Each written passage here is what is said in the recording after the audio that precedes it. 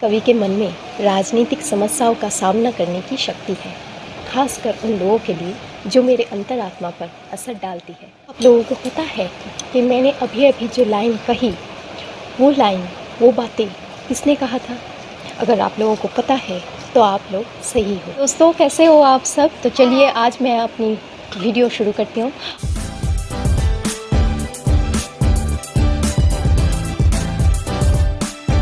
आज मैं उस शख्स के बारे में बात करने वाली हूँ जो कि 1992 पे पद्म विभूषण और 2015 को भारत रत्न से सम्मानित किया गया, जो कभी हमारे देश के 2 बार प्राइम मिनिस्टर रह चुके थे। जी हाँ दोस्तों, आज मैं बात करने वाली हूँ अटल बिहारी वाजपेयी जी के बारे में। तो मैं उनकी लिखी एक कविता आप लोगों के साथ शेयर करने वाली हूँ, लेकिन उससे पहले मैं थोड़ा बहुत जानकारी जो मुझे एक्चुअली मेरे ख्याल से मुझे नहीं पता था, तो मैं वही सब जानकारी मैं आप लोगों के साथ शेयर करना चाहती हूँ उनके बारे में। अब उनके पिता का नाम श्री कृष्णा बिहारी वाजपेयी और उनके माँ श्रीमती कृष्णा देवी।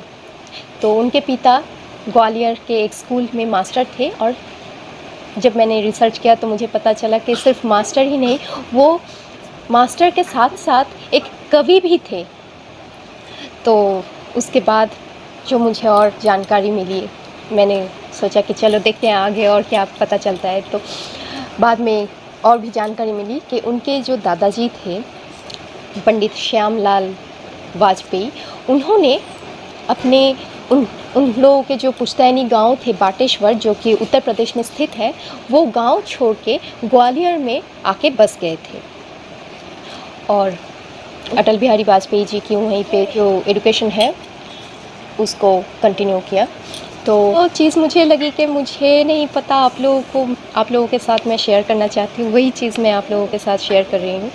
तो खास उसके बाद मुझे ये भी पता चला कि उनका जो निकनेम है, जो उनके फैमिलीज़, उनके रिलेटिव्स और उनके फ्रेंड्स जो नाम से उनको पुकारते थे, वो नाम है बाप जी।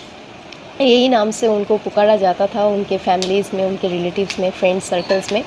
तो और जब उन्होंने ये डिसीजन लिया कि वो शादी नहीं करने वाले हैं, तो बाद में जाके उन्होंने एक छोटी बच्ची को गोद भी लिया था जिसका नाम है नमिता।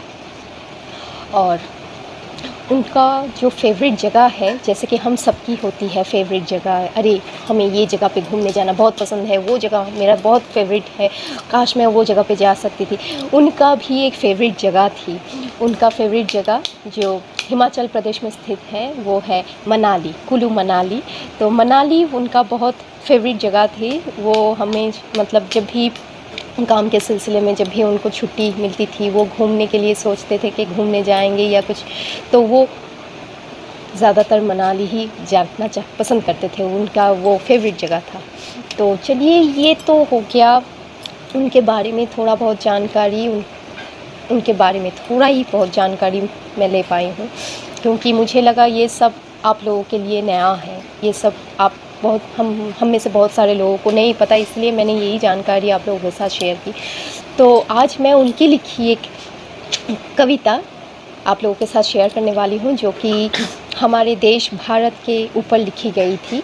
तो उन्होंने ये कविता लिखी थी। ये जो कविता है ये बहुत ही मीनिंगफुल है हमारे भारत के लिए, ख़ास करके इस दौर में, अभी के लिए, अभी हम लोग जिस भारत में जी रहे हैं उस दौर के लिए, इस कोविड-19 के दौर में जो कुछ भी जो कुछ भी हमारे भारत सह रहे हैं, जितना भी प्रोसेस हमारे भारत में प्रोग्रेस हो रहे हैं, जितना कुछ भी, ये सब मतलब उनकी लिखी वो कविता से जैसे पूरी तरह एकदम मिल गया हो, वही हो जो उन्होंने लिखा था, वही हुआ जो उन्होंने लिखा था।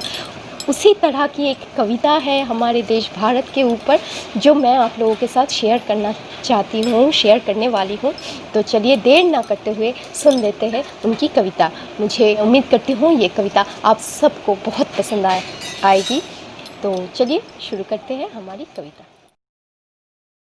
दुनिया का इतिहास पूछता, रोम कहाँ, यूनान कहाँ, घर घर में शुभ अग्नि जलाता, वो उन्नत ईरान कहाँ, दीप बुझे पश्चिमी गगन के, व्याप्त हुआ बर्बर अंधियारा, किंतु चीर कर तम की छाती, चमका हिंदुस्तान हमारा। शत शत आघातों को सहकर जीवित हिंदुस्तान हमारा, जग की सिर पर रोली सा शोभित हिंदुस्तान हमारा।